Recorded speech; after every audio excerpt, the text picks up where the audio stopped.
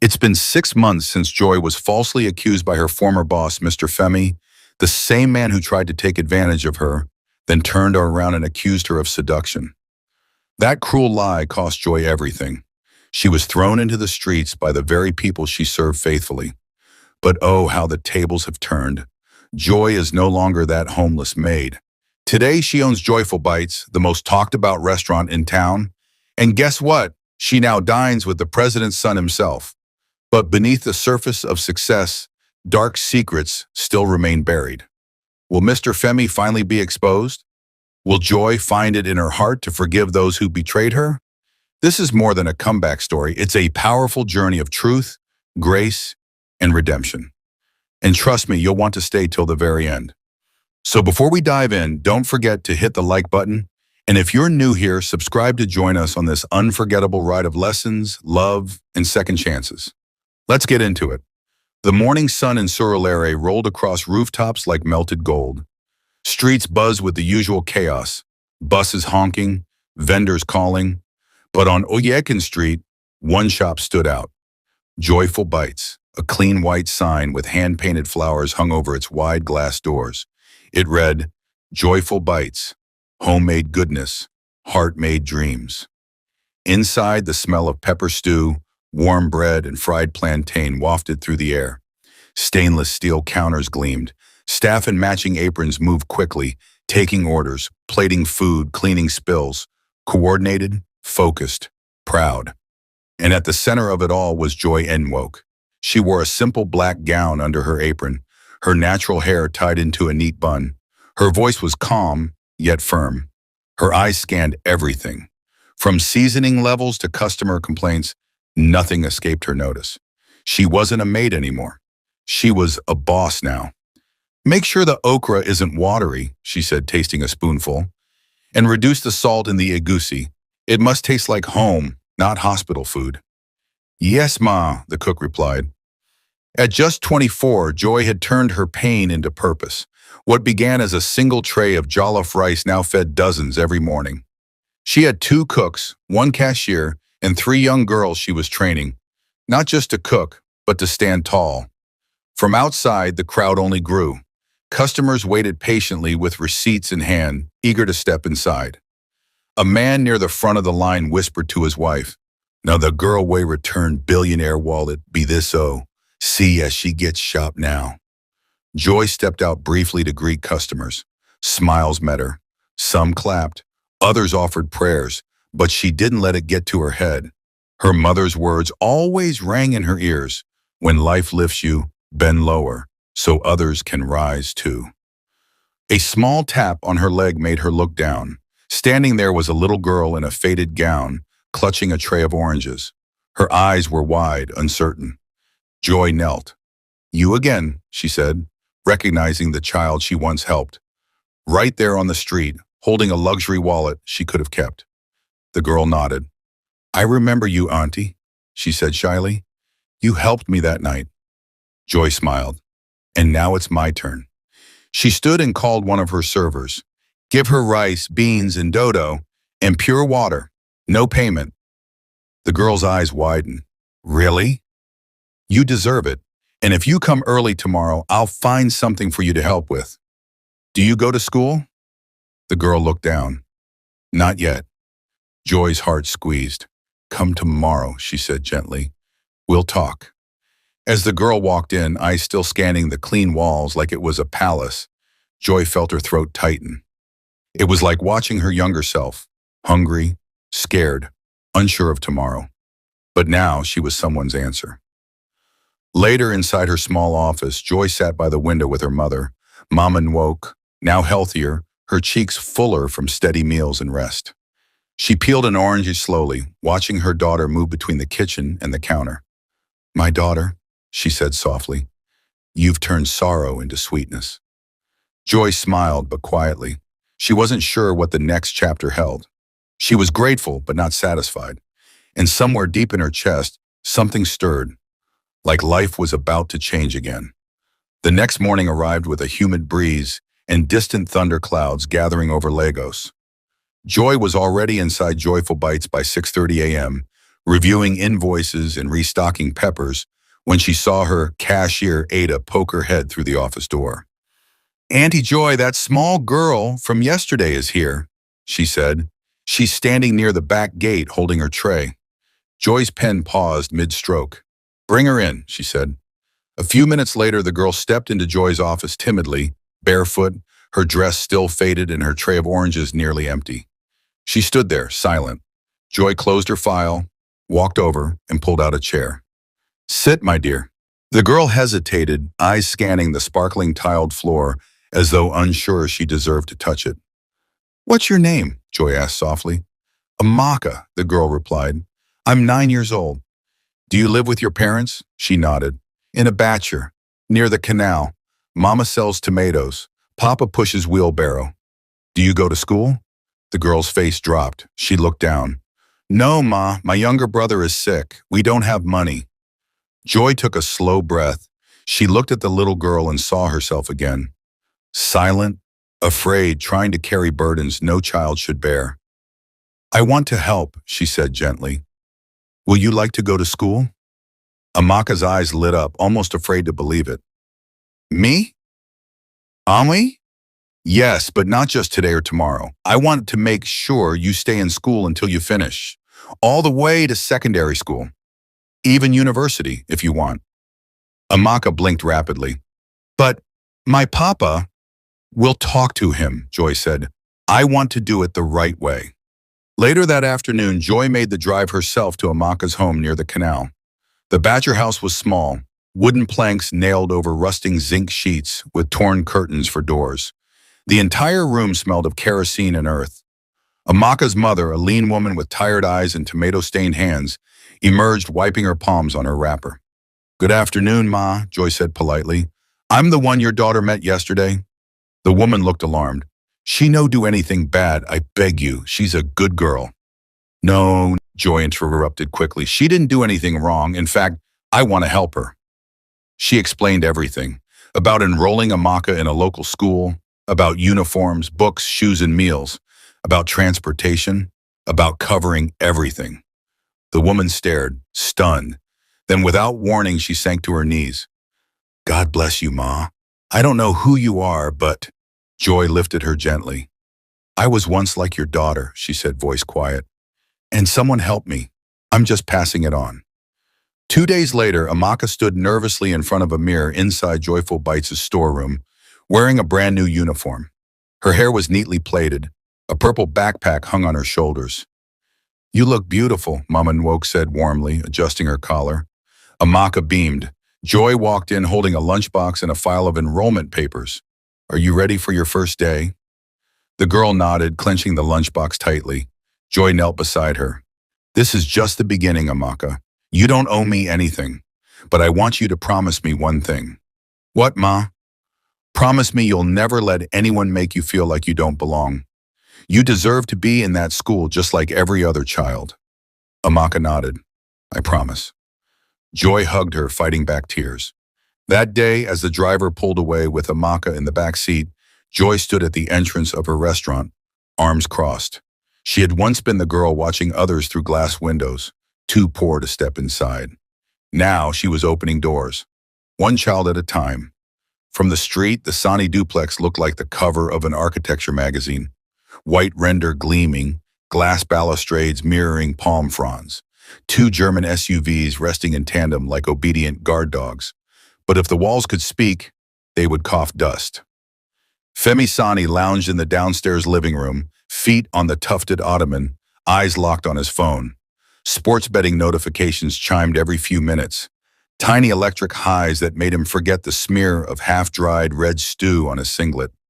The 70-inch television replayed last night's Premier League highlights, but Femi wasn't watching. He was calculating odds, chasing losses. Behind him, a polished hallway displayed Agnes's framed MBA certificate and her regional vice president of finance plaque. The mahogany frames glowed under recessed lights, trophies she'd earned with 14-hour workdays, while Femi's own resume had long since crumbled into vague talk of online logistics. Just past noon, the new maid Rose pattered in, holding a feather duster. At 19, she was small-boned, her neat Ankara apron cinched tight around a waist that had begun to thicken in recent weeks, though only she knew why. Her smile was automatic, her eyes were not. Femi's gaze tracked her reflection in the TV glass. "Rose," he said, without looking away from his phone, "the study AC is making noise again. Come check it after you finish here." She nodded too quickly and dusted faster. Every syllable from him felt like a tether fastened around her throat. 2 months earlier, she'd arrived desperate for work. His attention had seemed flattering at first, then inescapable, then terrifying. Now she measured her days in evasions: how to clean silently, how to time the distance between them, how to avoid the word no that could cost her salary and the drugs for her younger brother's asthma back in Benin. The wife who paid every bill. Upstairs, Agnes stood at her dressing mirror, pinning a name tag to her emerald maternity blouse. She was barely into her second trimester, just enough swell to unbalance her heels by day's end, but she still left home before sunrise and returned after dark. She glanced at her reflection, sighed, and smoothed a hand over her abdomen. "We're stable now," she told herself. Femi had convinced her last year that Joy's story was blackmail, a desperate maid protecting her own flirtations. Agnes hated thinking ill of a pregnant woman, but gratitude still tingled in her whenever she remembered kicking Joy out, slamming the gate on chaos. The matter was closed. Life was quiet again. She did not know that in her own house, another silence, a thick, poisonous kind, was gathering on the stairs below. "Madam," Rose called softly from the landing, "I'm going to market after I finish upstairs." "Fine," Agnes answered, adjusting her earrings. "Be quick before the rain." Rose stepped back, hand over her stomach, and exhaled. San at siesta. By 2 p.m., the estate lay in sleepy heat. Generators droned like lazy wasps. Agnes's Toyota reversed out of the driveway, headed to a client lunch. Femi watched the gate close, then tossed his phone aside and sauntered upstairs. He rapped on Rose's bedroom door once and entered without waiting. The curtains were half drawn, dust motes spinning in a shaft of light. Rose stood beside her open wardrobe. The way she hugged a folded wrapper to her chest made her look athletic, ready to bolt. "Lock the door," Femi said. "Sir, I have to—" "Lock it." She obeyed, fingers trembling around the key. He stepped closer, cologne and lager intermingling with her lavender talcum. "Why have you been hiding?" he murmured, palming her waist. "I'm not hiding." His hand slid lower. Rose flinched, then squeezed her eyes shut, seeing behind her lids the faint blue line on last week's pregnancy test. The nurse's whisper, "You're 8 weeks gone." "Sir," she choked, "I need to tell—" A loud clang sounded from the gate outside. Both froze. Footsteps? No, just the neighbor's gardener moving bins. Femi exhaled, annoyed. "You're too jumpy," he muttered, tugging her closer. A cracked frame, 2 floors below, Mama Nkechi, the elderly cook, stood at the kitchen island chopping ugu. She had turned the radio low so she could hear the ceiling. She'd learned to detect patterns. Rose's hurried footsteps, Femi's measured ones, the hush that followed. She muttered a psalm under her breath and wiped her knife. When Rose emerged an hour later, eyes red, blouse buttoned wrong, Mama Nkechi blocked the doorway with her wide frame. "I know blind," she said quietly in pidgin. "What he dey do you?" Rose began to cry. "Please, I can't lose this job." "You go lose more than job if Madam catch you," Mama warned. "Talk. Tell him make he stop." Rose shook her head violently. "He said if I speak, he'll say I seduced him, like he said about the other maid." The older woman's jaw tightened. Joy, she remembered. The gentle girl thrown out like trash, now a headline success. Prophetically, Mama muttered, "Truth day travels slow, but he still reach market." She wiped Rose's tears with a corner of her wrapper, then pressed a rosary into the girl's palm. "Hold this. Pray courage. One day light go enter this darkness, whether we ready or not." Termites behind wallpaper. That night, Agnes returned, exhausted, ankles swollen. She kissed Femi's cheek.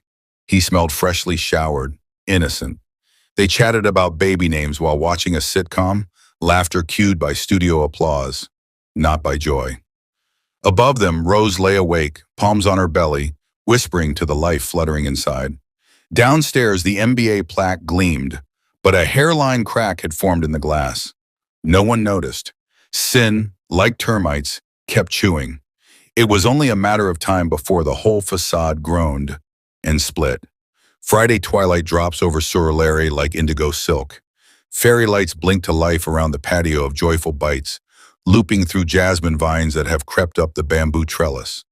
Most evenings the cafe bustles. Tonight a pre-rain hush settles, as if the sky itself wants to listen. Through the side gate slips Chiki Odinaka. Baseball cap, low, plain t-shirt, no security detail. Lagos would riot for a selfie if it realized the president's only son was here. But Chiki has perfected the art of invisibility. Walk like you belong, tip like a king, speak like a neighbor. He orders a bottle of chilled Zobo, then chooses the corner table beside the small fire bowl Joy keeps for ambiance. Flames crackle, reflecting ruby in the dark hibiscus tea. Across the patio, Joy Nwoke laughs with her staff, hands floured from rolling yam croquettes. She catches a glimpse of the quiet customer in the cap and signals. One moment. Chike's pulse skips. Every week for 3 months he has repeated this ritual, certain she has no idea who he really is or what he really feels.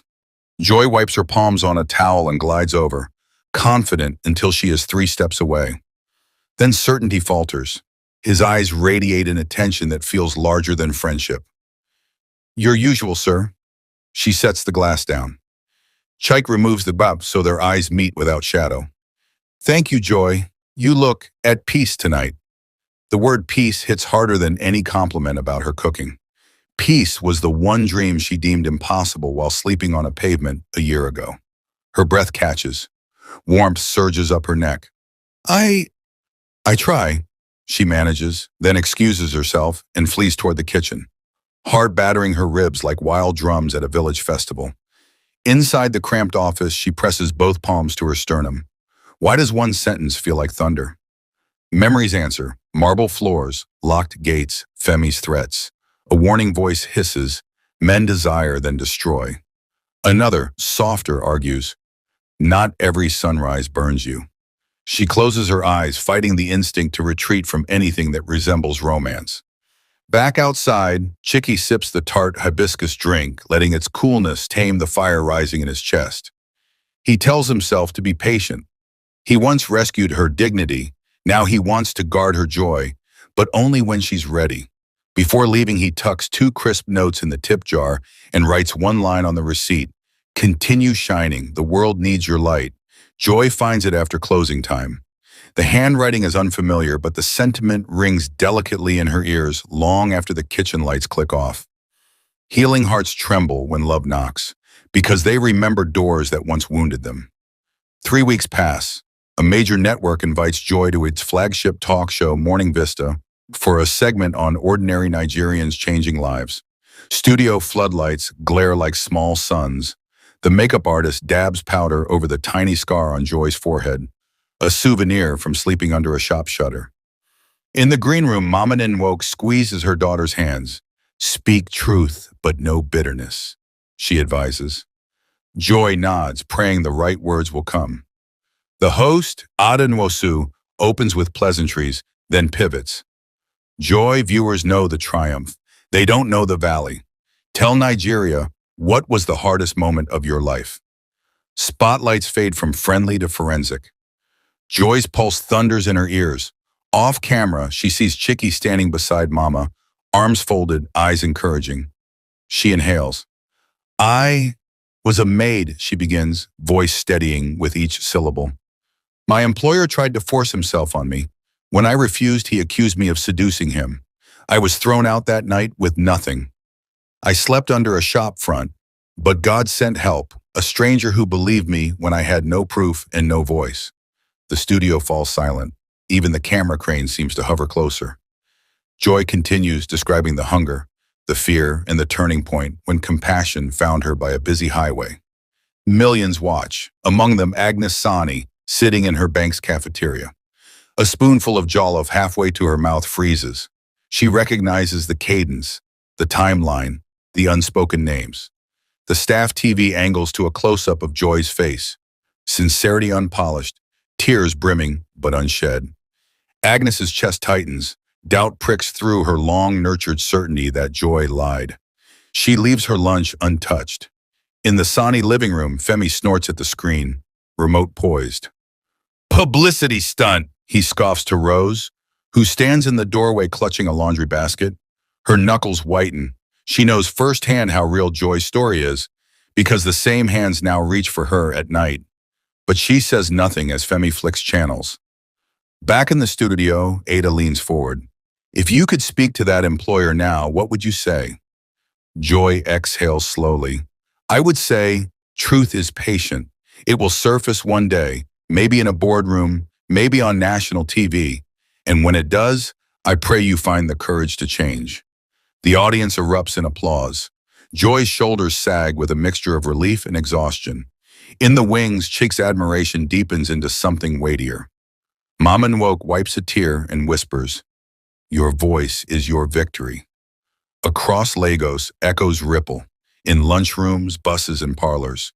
Some dismiss them, others, like Agnes, cannot shake them off. The words cling like wet cloth, refusing to dry. Night fell gently over Ikoyi, laying its velvet shawl across rooftops and quiet streets. The city's usual roar softened to murmurs as crickets began their chorus. At the heart of a quiet compound hidden behind tall white walls, lanterns swayed softly in the garden breeze, casting warm halos over flowering hibiscus bushes and trimmed hedges. Joy walked beside Chicky, arms folded nervously under the sleeves of her shawl. She wasn't sure why he had asked her to come tonight. He had simply called and said, "Come, I want to show you something." The garden path glistened from a recent drizzle. Every petal, every leaf, seemed dusted with gold beneath the hanging lights. "Do you come out here often?" she asked softly. Chike smiled. "Only when I want to breathe." They turned a corner and reached the koi pond, circular, serene, with lily pads gently rocking under the breeze. Orange and white fish moved slowly beneath the water's glassy surface, like living strokes of a painter's brush. Joy gazed into the pond and saw her reflection alongside his. She blinked. "It's beautiful," she whispered. "You are," Chike said, voice low. Joy turned sharply, startled by the intimacy in his tone. Chike took a breath. "Joy, do you remember that day on the expressway? You were on the ground, holding your bag like it was the last thing tying you to the world. I had no idea who you were. I just knew I had to stop." Joy looked away. "I remember. I thought I was saving you," he continued, "but it turns out you were saving Moa." Joy met his eyes, confused. "I've been in boardrooms, conferences, presidential halls, but you," his voice cracked, "you taught me something none of those places could. How to survive with grace. You turned pain into purpose, ashes into bread, and suffering into service." She swallowed, overwhelmed. "I gave you a seed, Joy, but you planted orchards." He reached into his pocket, slowly, carefully, then knelt on one knee beside the koi pond. The lanterns above flickered slightly, as if holding their breath. Joy gasped. "Chick!" He opened a small black velvet box. Inside sat a diamond ring, simple but radiant. The stone caught a lantern's glow and broke it into sparks. "I love you, Joy Nwoke," he said, his voice steady but thick with emotion. "Not because of what you've served, but because of who you've become. Will you marry me?" Joy couldn't move. Every voice embodied her roared. "You're just a girl they once dragged out of a house like a thief. You're not good enough. You don't belong in his world." But then came a whisper, so small yet so certain. "The wilderness is over, daughter. You are worthy of joy." Tears slipped down her cheeks. "Yes," she said, nodding slowly.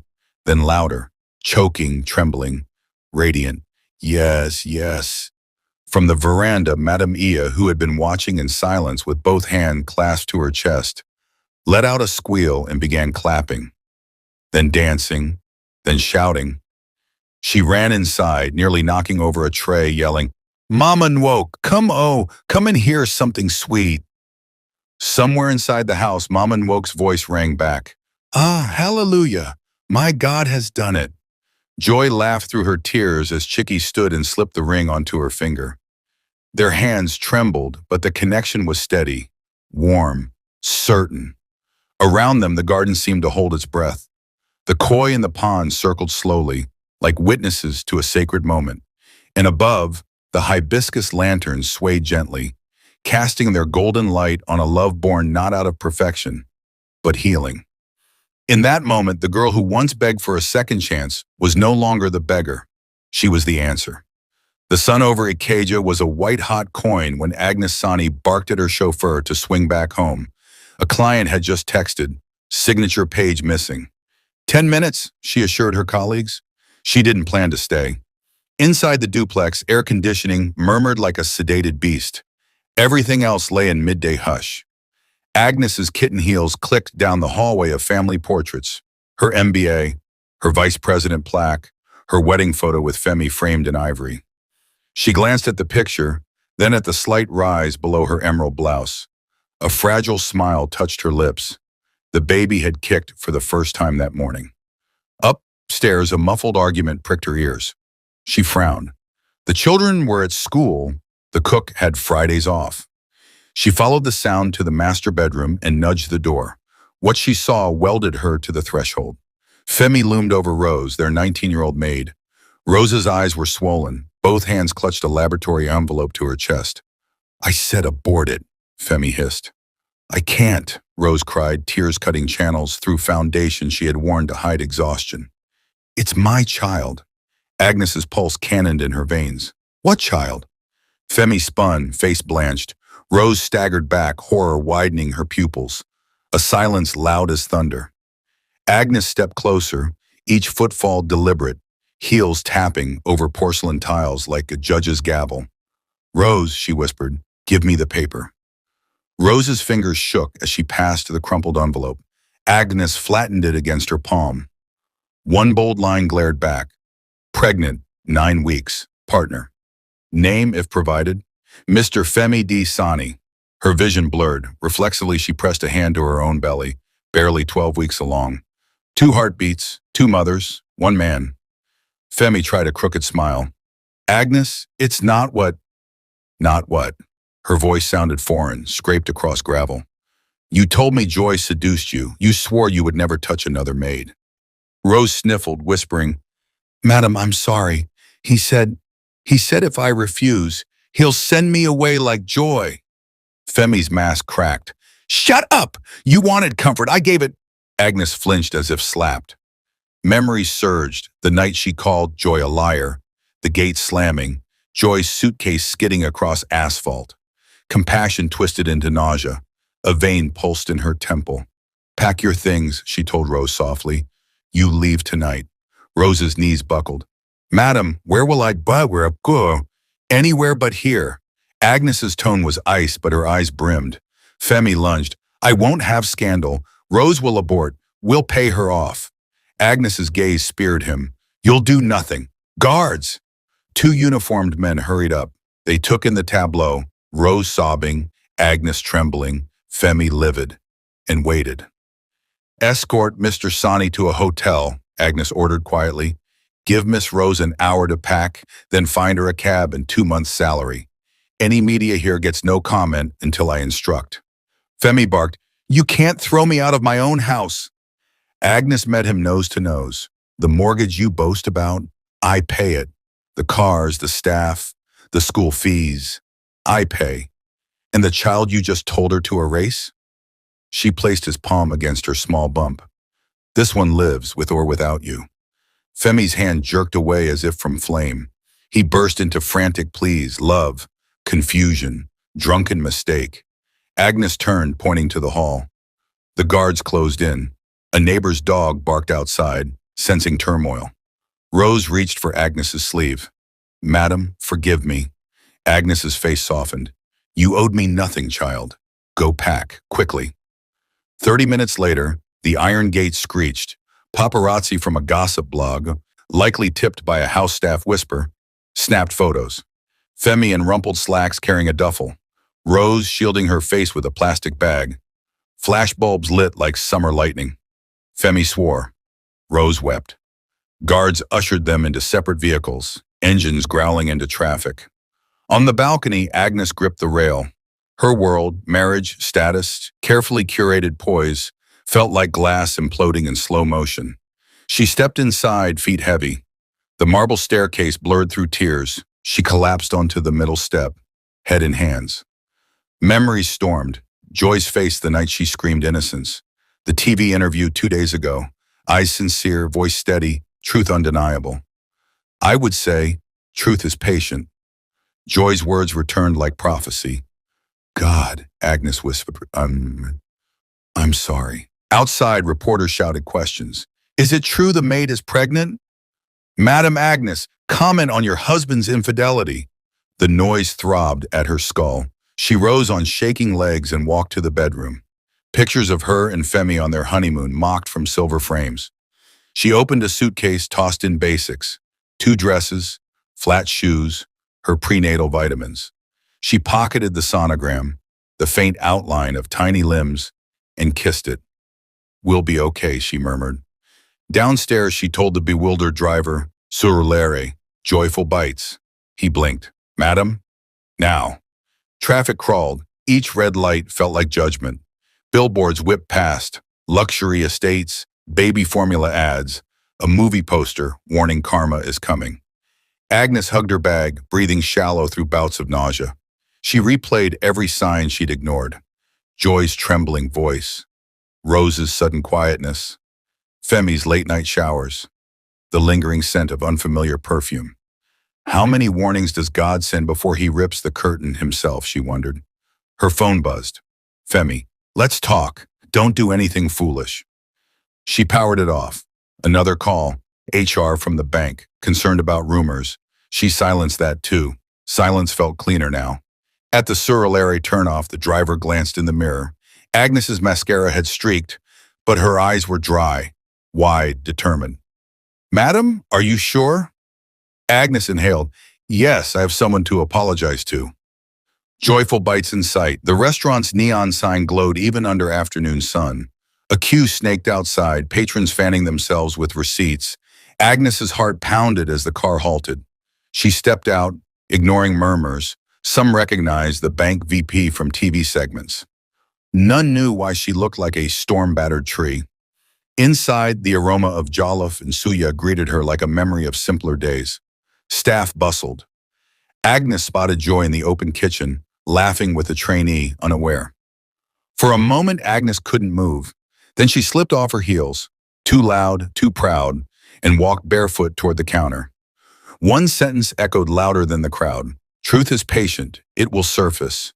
Today, it had surfaced, and Agnes was finally ready to drown her pride to reach it.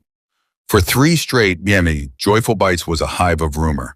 Customers whispered that a famous banker, pregnant, distraught, kept appearing at the door only to be turned away. Security, acting on strict instructions to protect Chef Joy's impossible schedule, remained firm. Madam, please. She's filming content right now. She's at supply meeting. Come back tomorrow. Yet Agnes Sani did come back. Tomorrow after tomorrow. Dawn. She stood beside bread hawkers waiting for leftover crusts. Dusk. She returned, stomach empty, ankles swollen from pregnancy, mascara washed away by tears and humidity. The lilac scarf she once paired with designer heels now concealed puffy eyes. From the pastry counter upstairs, Mama Nwoke observed. That woman in lilac, who is she? A cashier asked, stacking croissants. An echo of yesterday, Mama whispered, a tremor of prophecy in her voice. On the 5th attempt, Agnes found the rooftop herb garden unguarded. Rain-washed basil glistened in planter boxes. Lagos haze tinted the horizon bronze. Joy stood at the far rail, sampling pepper soup for a new menu. Steam rose from the ladle like incense. Agnes shuffled forward. Shoes off, pride off. She knelt, swollen knees pressing tiled floor. Rainwater soaked her scarf, but she barely noticed. Joy, her voice cracked. I wronged you. I fed my pride with your tears. She rested trembling hands on her belly. Please, my child must not learn cruelty from the woman who carries her. At the name child, memories knifed through Joy. The night guards dragged her into darkness. Femi's smirk, Agnes's stony verdict. Heat flooded her chest. Fingers clenched the ladle so hard broth sloshed. But then she truly saw the woman before her. Eyes ringed red, belly round, shoulders caving. A mirror of a former self, broken, begging for belief. Joy set the pot aside. I forgave you the day I chose vision over vengeance, she said quietly. She lifted Agnes by the elbows. Today, I speak it aloud so the wound can close on both sides. Tears blurred Agnes's view. Thank you, she whispered, voice raw. How can I repay? Live differently, Joy answered. That will be enough. Below, through glass skylights, staff witnessed history. Some cried openly, others clasped hands. Woke whispered a scripture of release that floated on the breeze like freedom. 3 months later, Lagos woke to silver-foiled invitations flooding timelines. The Union of Joy N and Shiki O, Cathedral of Light, Victoria Island Reception, Echo Atlantic Grand Hall. Dress code, Hope White vloggers dubbed it Cinderella meets Silicon Prince. Critics called it a masterclass in soft power. To Joy and Chaik, it was simply the day their scars became crown jewels. Morning in a side chapel, Madame Ia fussed over Chiki's coral bead cufflinks. Hold still, my son. The nation is watching. Military aides lingered by the door, medals gleaming. Behind carved oak, Mama Nwoke smoothed her daughter's veil. The satin shimmered with dawn-pink highlights. Your silent tears have watered nations, Nem, she said, stroking the fabric. Joy kissed the weathered hands that once twisted cassava leaves for survival. Processional organ pipes thundered as cathedral doors swung wide. Sunlight spilled across the aisle like liquid gold. Joy stepped forward, gown catching every beam. She looked like dew crystallized at sunrise. Halfway, she hesitated. To the left pew, Agnes, in a simple ivory dress, belly now prominent, hands folded in gratitude. To the right pew, Rose, also expectant, one hand on her abdomen, the other clutching a program. Their eyes met Joy's. She reached across the aisle, squeezed each hand. Redemption outshone the chandeliers overhead. The priest's voice echoed under vaulted ceilings. With this ring, Chaik's voice broke, I vow to amplify your laughter and honor your tears. All of them, even the ones the world never sees. Joy slipped a band onto his finger. With this ring, I promise to season every season of our lives with faith, like salt that never loses its savor. Sealed with a kiss, applause erupted. Choir, congregation, even distant passers-by who'd pressed against cathedral gates just to hear. Then the reception evening draped Echo Atlantic in velvet skies. Fireworks arced over the lagoon, their reflections splitting the water into molten sapphire. Reporters hailed it Wedding of the Year, a fairy tale of forgiveness. Inside the Grand Hall, Madame Ia conducted the High Life Band like a general of joy. Rose, hired by Joy to run the restaurant's daycare, twirled toddlers beneath floating dove balloons. Agnes, now volunteer coordinator at a women's shelter, stood at a booth handing out hotline cards, her humility louder than any speech. Mid-banquet, Joy tapped her glass. The hall quieted. I once begged outside gates like these, wondering if kindness still existed. She began, voice steady, microphone unnecessary. I am here tonight because someone chose compassion over convenience. My plea, let today teach us that one generous act can rewrite another person's entire map. If you have power, use it to lift. Thunderous applause rose. Some guests wiped tears. In a dingy motel across town, Femi watched the live broadcast. Warm gin in hand, he stared at Joy's radiant face, a mirror reflecting what might have been, what arrogance had burned. Past midnight, Chaik and Joy slipped onto a balcony overlooking glitter-struck water. City lights flickered like candles at vigil for the past. Joy fingered the silver dove pendant resting on her silk bodice. We made it. Chaiki drew her close. Tomorrow we feed the world together. He meant more than meals. They had plans, scholarships for girls like Amaka, microloans for single mothers, culinary schools for survivors of abuse. Below, Lagos hummed, a constellation of second chances. Moral of this story. Truth endures the fire. Deceit smolders in its own smoke. Grace, once given, ripples outward, turning wounds into wells for others. Love is not blind, it sees every scar and chooses to stay. I hope you enjoyed this story. Please share your thoughts and tell us what learned in the comment section. We would be very glad to read them. And guess what? There is another powerful educative story coming up in a few days. So please subscribe to this channel and turn on your notifications bell so you'll be the first to watch when we upload it. If you enjoyed this story, don't forget to hit the like button and share with your family and friends. Thank you so much for watching. God bless you.